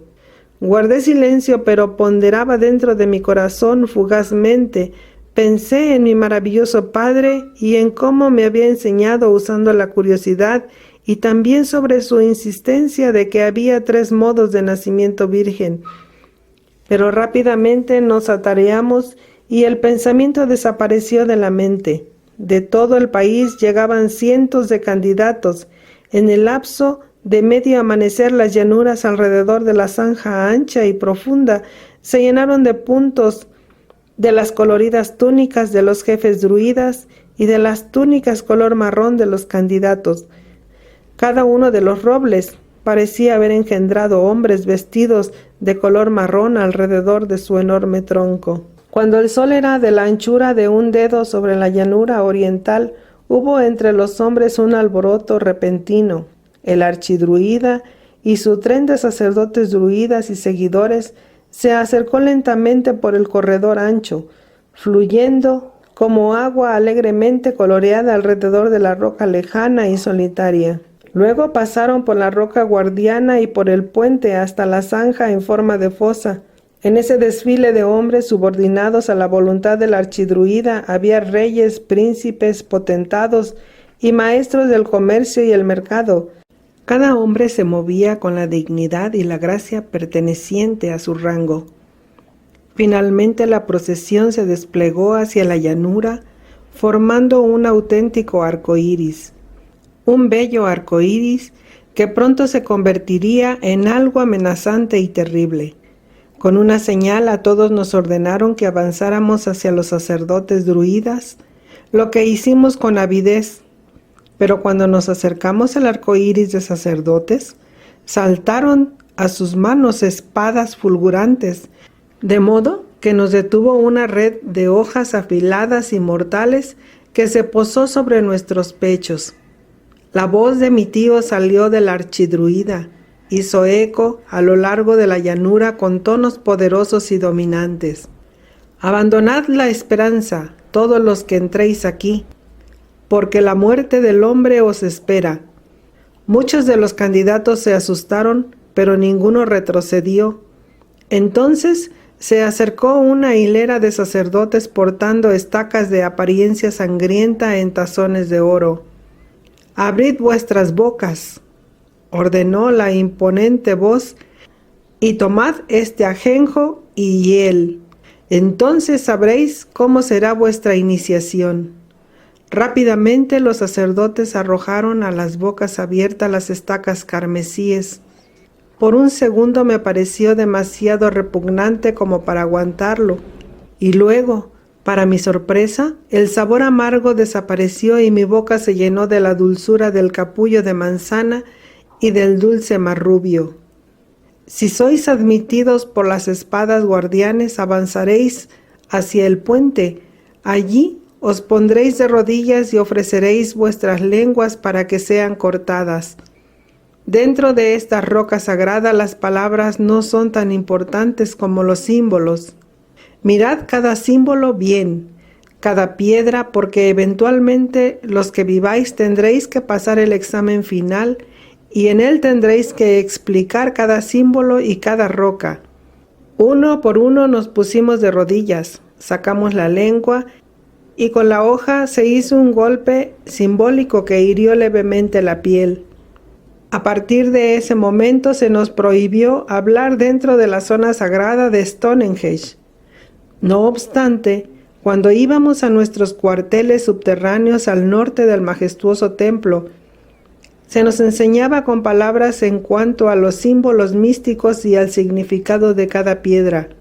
Pero esto fue mucho más tarde. Los primeros momentos de Caer Gaur fueron casi tan agobiantes como lo fueron los momentos culminantes del horrible y mortal examen final. A medida que nos acercábamos a la roca llamada Falo I, a cada candidato se le entregó un glaín pequeño, probablemente no más grande que medio dedo pulgar, pero muy bonito y singularmente iridiscente. Cuando miré el mío, me pregunté por qué me lo tenía que entregar precisamente bajo la sombra de la primera de las inexplicadas rocas. Me quedé mirando la grandeza pasmosa de ese grandioso templo y traté de comprender las preguntas graves que hacían eco en mi cerebro, de llevar hacia el futuro desconocido respuestas para el temido examen final. Pero no se me dio el tiempo ni la oportunidad. Muy pronto nos movieron hacia la segunda de las rocas, que era más grande. Con pies descalzos cruzamos el césped. Cuando cada hombre recibía su glaín, una voz poderosa resonaba: «Quítate los zapatos, este es suelo santo». Nota del editor. Un glaín Era un bote pequeño hecho de vidrio y solo hasta ahora se ha explicado su uso, propósito o significado. Luego descalzos dimos 7 vueltas alrededor del círculo exterior y por medio de señas nos mostraron que deberíamos desear con vehemencia 3 gotas de la caldera de los druidas, pues estas 3 gotas traerían gran felicidad, la habilidad para predecir el futuro y la buena suerte del hombre, y un entendimiento de cómo el hombre podría volverse inmortal mientras estaba todavía en la carne. Porque su instrucción se basaba en el alma eterna del hombre y la reencarnación del espíritu en la carne. Enseñaban que el mundo se salvó de la destrucción porque el mediador sin nombre, el Hijo de Dios, asumió la parte del hombre y escondió su yo divino en la carne del hombre. Enseñaban que todo hombre podría conocer ese yo divino por medio de la contemplación interna y la fe pura. Una rama aparentemente inconexa de su enseñanza sobre la reencarnación me hizo pensar mucho y meditar con profundidad. Su argumento era que un gran hombre, un héroe, podía regresar del mundo del espíritu puro y ocupar cualquier forma. Se entonó una canción en la tríada usual tan popular entre sus bardos. El príncipe de Powys, un tal Owen Sibiliawi, decía, en estilo métrico, que Owen había aparecido en forma de escudo vibrante, como león ante el jefe con alas poderosas, como una lanza terrible, como una espada brillante difundiendo la fama en medio del conflicto, en la forma de un estandarte de dragón ante el soberano de Britania y en forma de lobo audaz. Para la mayoría de los iniciados el significado se encontró en la simbología del lobo audaz. En todas las iniciaciones había hombres vestidos de túnicas blancas que usaban joyas rojas en sus tocados.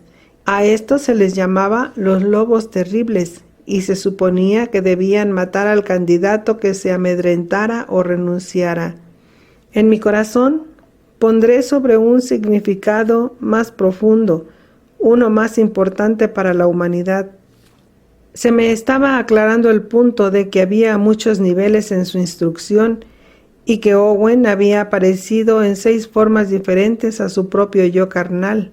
Además, Owen no era más que una palabra cuyo significado verdadero era yo brillante o yo perfeccionado. Nos enseñaron que ningún hombre estaba realmente separado de su divinidad. Todo lo que había sobre la tierra era uno con el espíritu, únicamente separado en lo físico. También enseñaban que el mundo ya había sido destruido por un diluvio y que sería, a menos que el hombre se perfeccionara a sí mismo, destruido por fuego a pesar del mediador, del Hijo de Dios y de todo lo que él pudiera hacer para salvarlo. Creían que el alma de cada individuo continuaba después de la muerte de la carne y que tenía que colocarse ante el trono de juicio por todos sus hechos terrenales. También enseñaban que el tiempo era solo un fragmento infinitesimal de eternidad atrapado en la mente del hombre y que había habido y habrá una sucesión infinita o cadena continua de mundos, una creación y destrucción continuas de todas las cosas físicas. El lugar de castigo por la maldad era una ciénaga de escarcha interminable llena de insectos punzantes y serpientes letales. Yo adoraba sus enseñanzas en cuanto a la verdad. Constantemente se esforzaban por hacerle ver a cada hombre su responsabilidad divina con la verdad absoluta, con el deber, con el amor. Nos enseñaban que deberíamos estar más dispuestos a entregar nuestras vidas que a fracasar en el amor, en el deber, en nuestra adherencia a la verdad absoluta.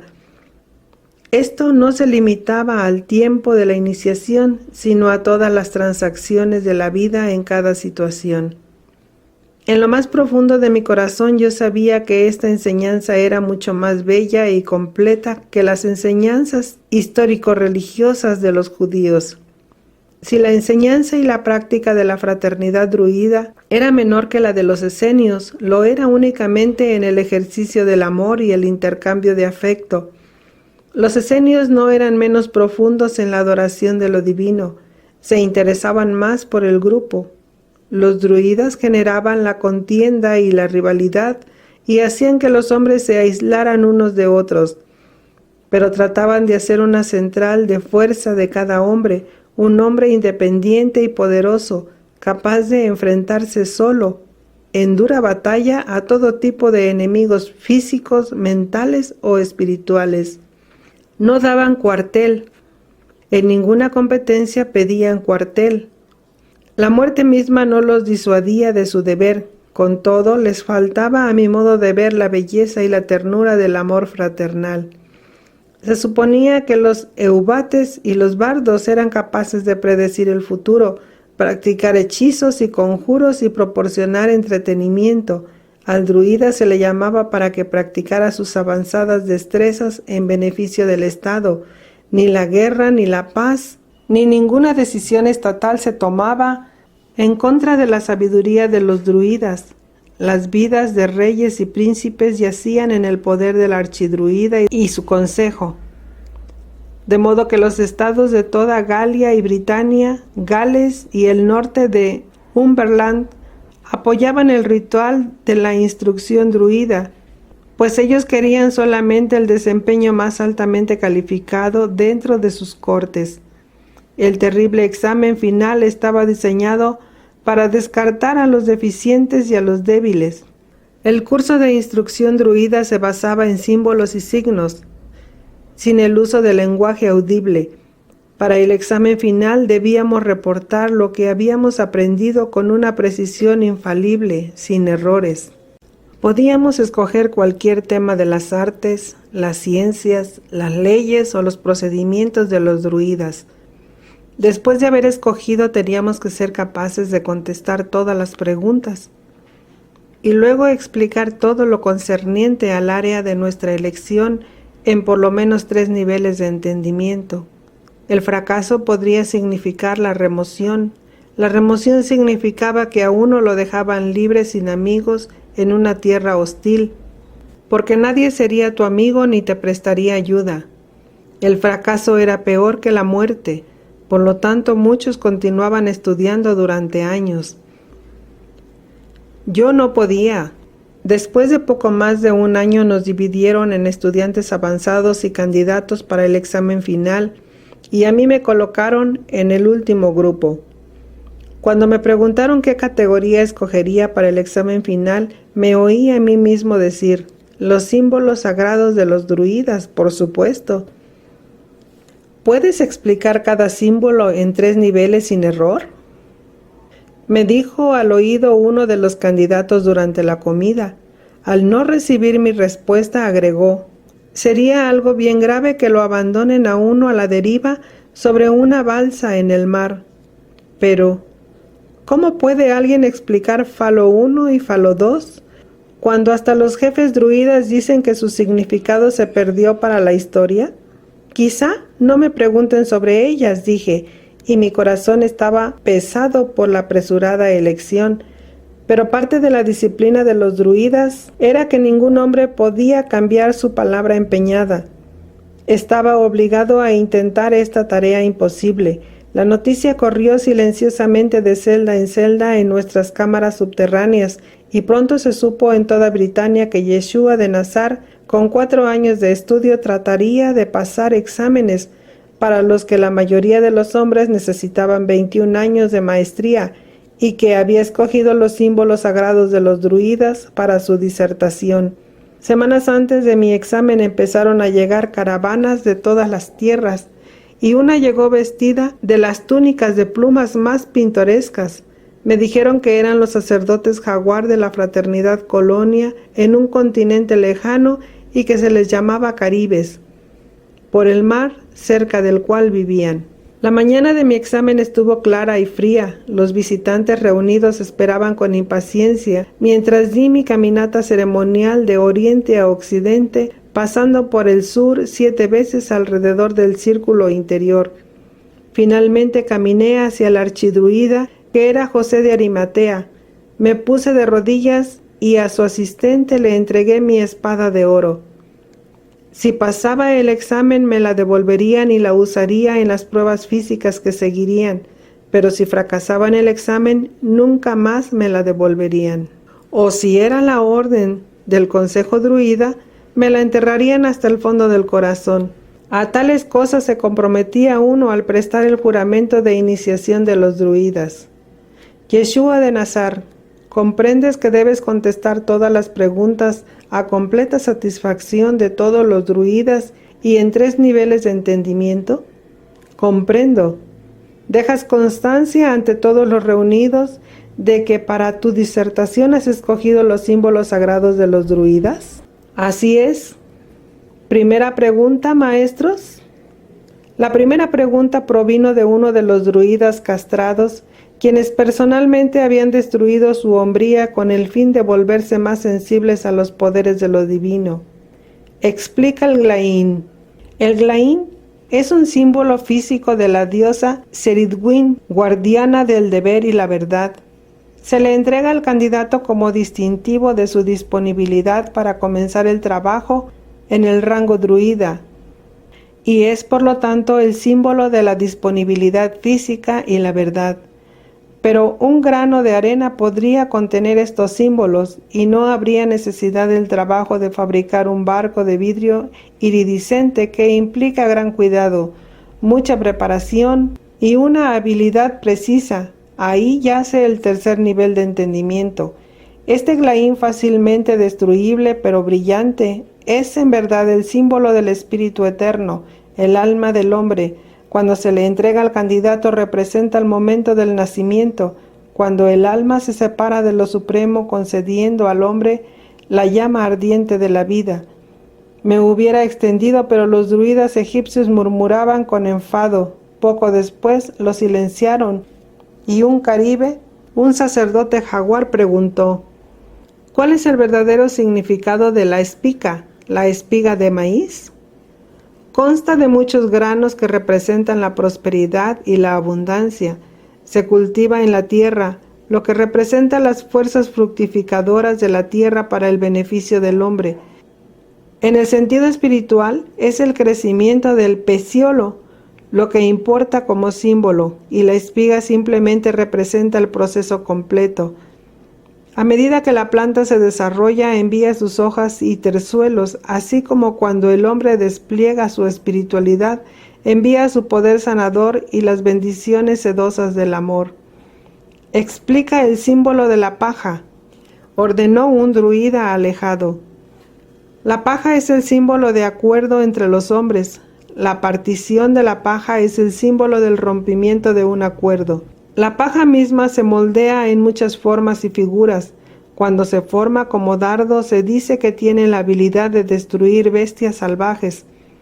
El símbolo espiritual verdadero se encuentra en esto. El pensamiento del hombre es como muchas pajas al viento. Cuando se moldea en una conformación sencilla, tiene poder superior. Especialmente es capaz de subyugar y destruir la bestia salvaje, es decir, al hombre indomado e indisciplinado. El pensamiento puede ser tan poderoso como el dardo que representa la paja, o puede ser tan endeble como la quebradiza paja. ¿Cuál es el significado del símbolo del arco iris? El arco iris es un símbolo de protección, porque se dice que es la promesa de lo divino de no volver a destruir el mundo con agua. Se dice también que el arco iris es el cinturón del candidato exitoso y que lo protege de todo mal. Este es simplemente el símbolo de los vestidos multicolores de los druidas, en los cuales cada hombre encuentra seguridad personal. El significado espiritual es este: dentro de cada uno de los hombres hay un ser radiante, un arco iris de un hermoso brillo, y él puede de algún modo, lo cual no sé todavía, brindarle seguridad y protección de todas las cosas. Cuando terminé de hablar, salió de entre los druidas egipcios un murmullo de disgusto. Incluso uno sacó su espada y se hubiera abalanzado sobre mí, pero los sacerdotes jaguar lo sujetaron con fuerza y lo derribaron. Le tumbaron su tocado, y cuando se incorporó, luchando contra los caribes, reconocí la furia y desdén en el rostro de Nicodemo. Su rostro distorsionado era como el rostro de la muerte, porque un voto en mi contra podría venir de cualquier jefe druida, y él llevaba puestos los colores del sacerdote maestro. Cuando finalmente lo silenciaron y lo colocaron en su sitio, sentí los latidos violentos de mi corazón en mi garganta y un temor extraño se trepaba como una serpiente por mi fría columna. Tuvieron que repetir la siguiente pregunta.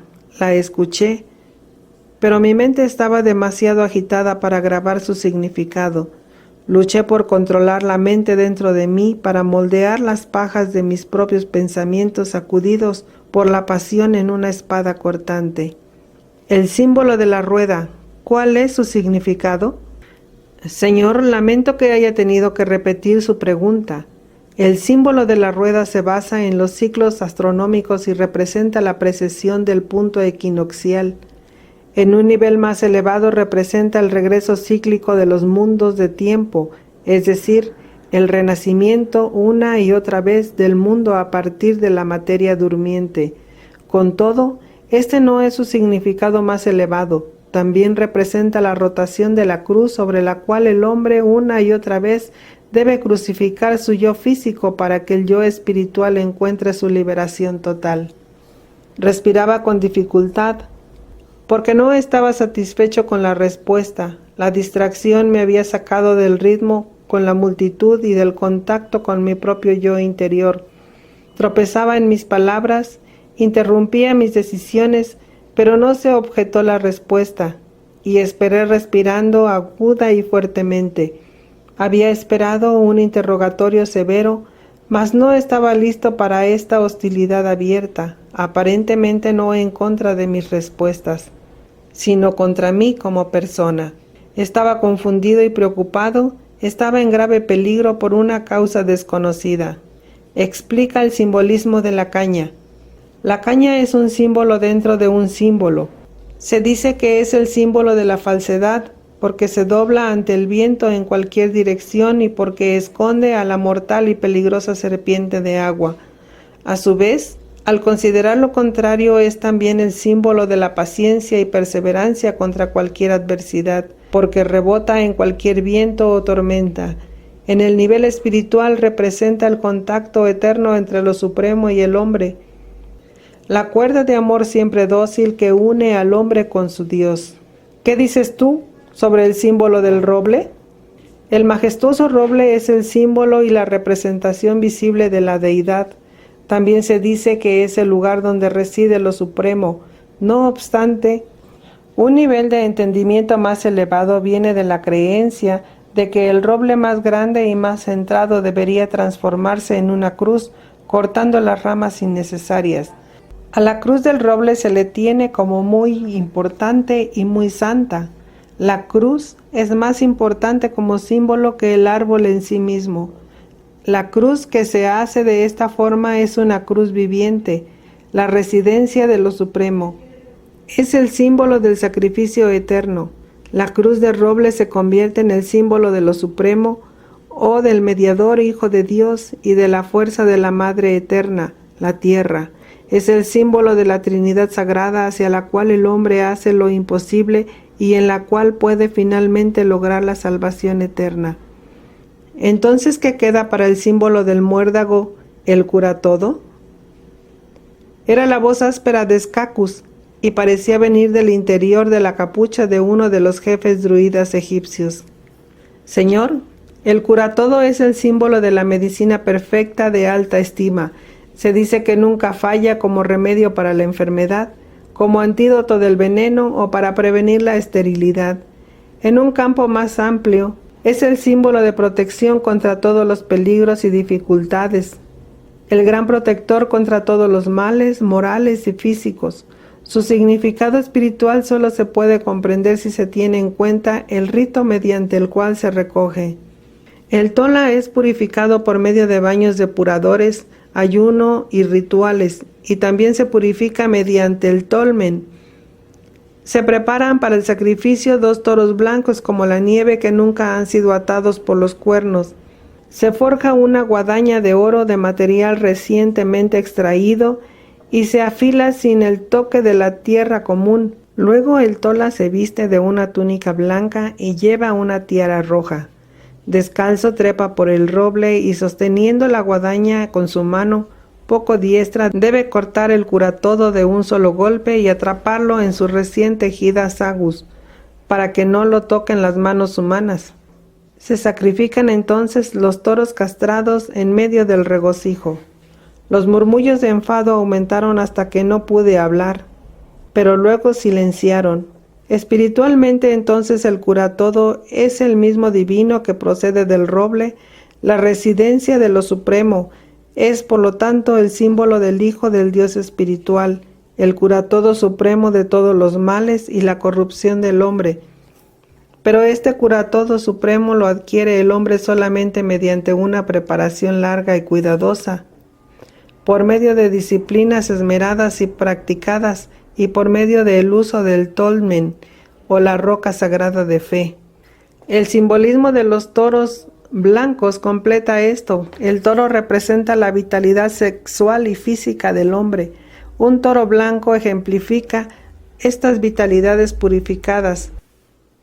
Un toro blanco que nunca ha sido atado por los cuernos simplemente simboliza el hecho de que el hombre ha aprendido a controlar y purificar sus propias pasiones físicas y está dispuesto a sacrificarlas para recibir sobre su pecho al supremo curatodo. Todos los símbolos son ahora uno. El muérdago es el símbolo del Hijo de Dios hecho manifiesto en el pecho de cada hombre por medio de la disciplina, el sacrificio y la pureza. El muérdago es el símbolo de la inmortalidad física y espiritual que el hombre adquiere a través de la devoción y la veneración.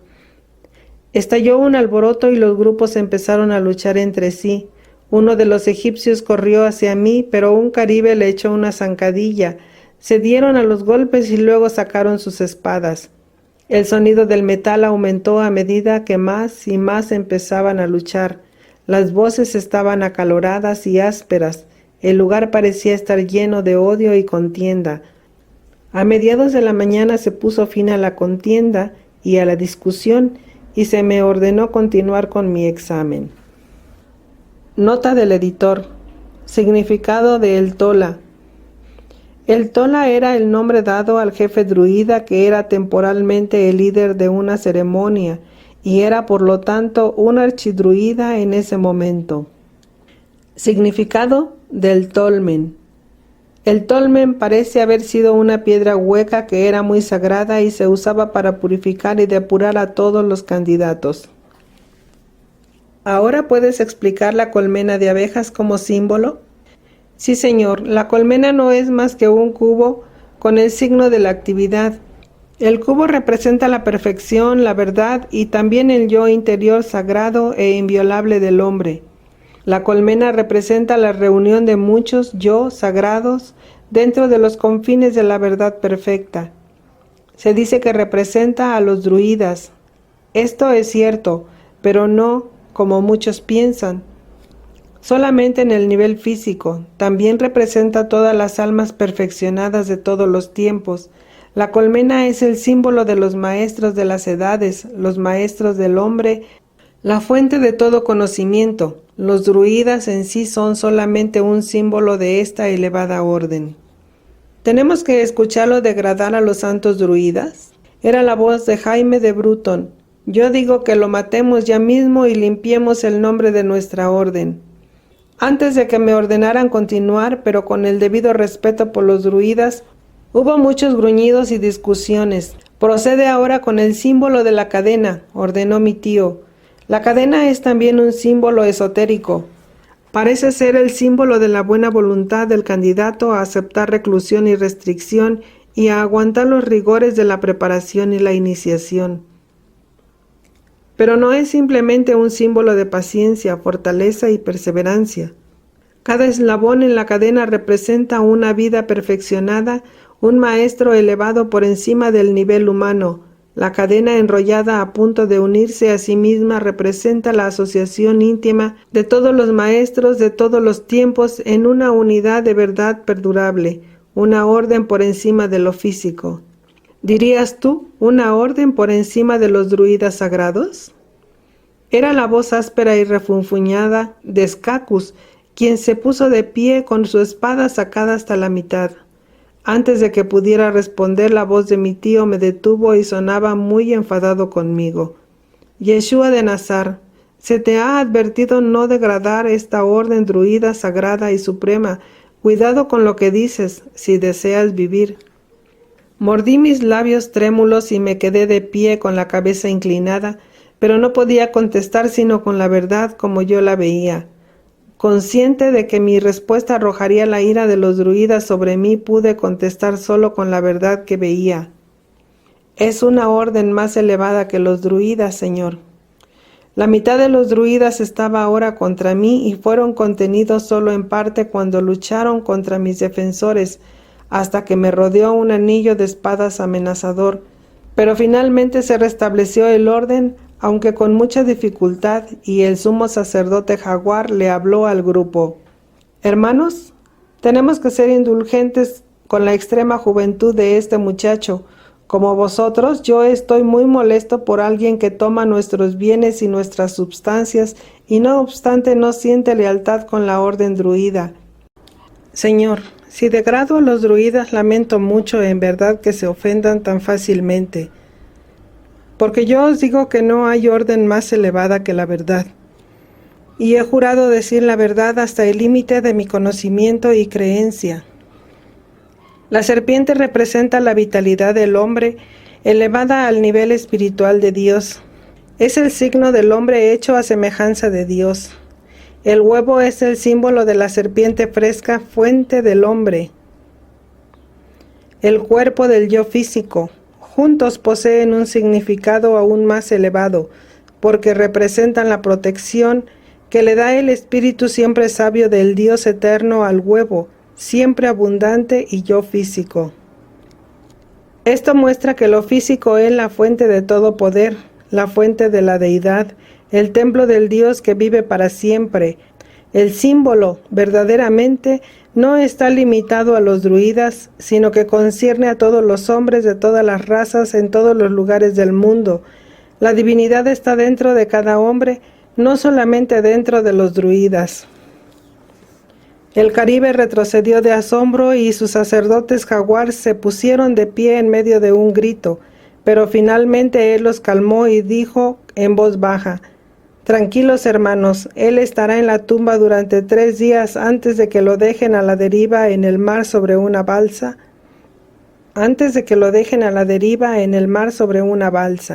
Cuidadosamente debilitaremos los forros de su bote y dejaremos que la naturaleza ponga fin a su abominable mente. Skakkus estaba de pie gritando y fue finalmente reconocido por el archidruida, mi tío, quien parecía poco complacido conmigo. Mi pregunta es esta, sencilla y directa, y debes contestar lo que ningún hombre sabe. ¿Cuál es el significado de los símbolos de las rocas inútiles, Falo 1 y Falo 2? Hubo risa feliz en medio de los druidas y alguien dijo: ahora sí lo tenemos. Ningún hombre puede contestar eso, no se conoce la respuesta. Cabizbajo sentí el peso del fracaso sobre mí. Bueno, muchacho, ¿no puedes contestar?, se burló Skakkus. De acuerdo con la tradición druida no hay respuesta. Los druidas nunca me han hecho creer que hay una respuesta. Pero he reflexionado mucho sobre las rocas aparentemente inútiles y mucho sobre la excelencia de la instrucción de los druidas. Parece un esfuerzo infructuoso haber colocado esas piedras singulares en lugares tan visibles, a menos que tengan un significado muy importante. Skakkus interrumpió sarcásticamente: Muchacho, ¿estás tratando de reparar el bote cuando ya estás en alta mar? Señor, si mi bote debe hundirse, que así sea. Esto tengo que decirlo. Creo que los druidas no conocen el significado de esas dos rocas. Creo que sí hay una raza que sí lo conoce. Una fraternidad que no solamente sabe, sino que enseña un principio eterno e importante por medio de esas rocas. Oh, entonces los druidas no son tan grandes. Señor, ¿quiere guardar silencio? Digo que hay una fraternidad que conoce el significado de esas dos rocas, pero no digo que sea superior a los druidas. No lo sé, he pensado mucho y he llegado a la conclusión de que deben de ser egipcios. ¿Por qué? Caer Gaur está construido con base en codos reales egipcios, fuente de sangre. Se dice, está construida de acuerdo con las dimensiones de la cámara real usando el codo real como base de la medida. Mire usted, señor, la zanja gigantesca, incluso allá en el fondo de la zanja construida con cañas y manos amorosas hay un césped que mide la longitud de 105 sandalias de un lado a otro, es decir, 34 codos reales egipcios. Inclusive dentro del santuario de este magnífico templo hay un altar en forma de cubo perfecto y mide un codo real egipcio. Contesta la pregunta, muchacho. ¿Cuál es el símbolo de las rocas? La orden de la pregunta me la lanzaron cientos de voces hasta que el grito hizo eco desde el bosquecillo de robles distantes y yo estaba impotente frente a una chusma enfadada en cuyas manos se había puesto mi vida. Finalmente se sofocaron los gritos y no pude dejar de contestar. No sé el significado de las dos rocas, pero si vivo algún día lo averiguaré. ¡Matadlo! ¡Matadlo!, gritó Escacus, y me atacó con su espada. Un caribe se le interpuso y un momento después me vi rodeado por druidas que me alejaron de allí. Unos minutos después estaba en la cripta de piedra conocida como la tumba. No era más grande que un ataúd de piedra común. Difícilmente podía acostarme derecho y no podía sentarme. Me acostaron en la tumba literalmente como a un muerto. Mis guías me aconsejaron que pensara cuidadosamente sobre mi futuro y mi vida si vivía, puesto que me echarían a la deriva en el mar del norte el 29 de abril, para vivir o morir según la voluntad de Dios. Quizás, sugirieron ellos, sería preferible ahogarme a afrontar el castigo de los druidas enfadados. Me dejaron con este espantoso pensamiento, cerrando la tumba con una gruesa lámina de piedra. Estaba fatigado más de lo que las palabras pudieran decir y me desplomé con gratitud sobre la piedra firme. Seguramente perdí el conocimiento por un momento en las empinadas olas de la fatiga extrema. Luego yací en medio de la oscuridad absoluta, dejando que mi mente se fuera a mi hogar, a mi interés en la sanación, a mi búsqueda de la hermandad blanca y la orden de Melquisedec, y no podía sentir que había despilfarrado todos estos años. ¿Por qué me había vuelto tan impopular con los druidas? No lo sabía y no podía explicarlo a pesar de todo lo que pensaba sobre las posibles causas. Entonces empezó a brillar tenuemente una luz dorada en medio de la oscuridad, hasta que la belleza de la gloriosa muchacha dorada estaba frente a mí. Cuando me acerqué para besar sus labios ansiosos, ella vino hacia mí, pero me jalaron hacia atrás con una fuerza apremiante. Sin importar cuán rápidamente ella venía hacia mí, me jalaban aún con mayor rapidez. Grité con fuerza y salí de mi arrobamiento para descubrir que estaba sudando y temblando. Obligué a mi mente a pensar en la prueba difícil que me esperaba.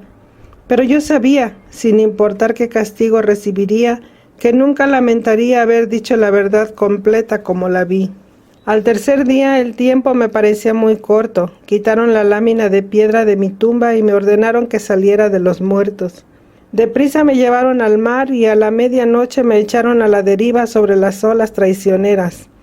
El mar golpeaba y sacudía el pequeño bote. Me di cuenta de que no era tan violento como en aquel bote de remos en un mar ventoso. Golpeado y magullado por las olas negras, al amanecer me di cuenta de que no estaba muy lejos de los cabos. Antes de la salida del sol, me las arreglé para guiar el bote hacia la playa. Allá había los druidas que me esperaban. Sabía que acababa de representar un papel clave en un drama interminable. Había sido muerto, enterrado y resucitado al tercer día. Luego, como el recién nacido, me había convertido en el infante en la canasta, y me habían obligado a confiar en lo divino con mi nueva vida al ser arrojado a la deriva en un mar traicionero. Por fin me sacaron del agua las muchas manos de los druidas que vitoreaban y me llevaron a comer y descansar y a las magníficas festividades del día de mayo. Pero en mi corazón yo meditaba, ¿cuál era el significado mayor de esta comedia antigua de estar muerto, enterrado, resucitado y encomendado al destino, redimido y por último poder permanecer como conquistador del tiempo y el destino frente a esos druidas felices que ahora se dirigían a mí como el 3 veces nacido Yeshua de Nazar? ¿Cuál era el misterio más profundo? ¿Cuál era el tercer significado? ¿Por qué no podía alejar de mi mente las 2 rocas inútiles y la visión de la muchacha dorada? ¿Qué tenían que ver estas 2 con mi maravilloso Padre? ¿Qué tenía que ver todo esto con la Hermandad Blanca y la Orden de Melquisedec? No obstante, cuando seguía meditando sobre esto, otro canal de mi corazón y mente hizo una pregunta aún más apremiante. ¿Volvería a ver y verdaderamente a besar a la muchacha dorada? Espero les haya gustado este video. Si es así, favor de dar pulgar arriba, compártanlo y suscríbanse a mi canal. Es gratis.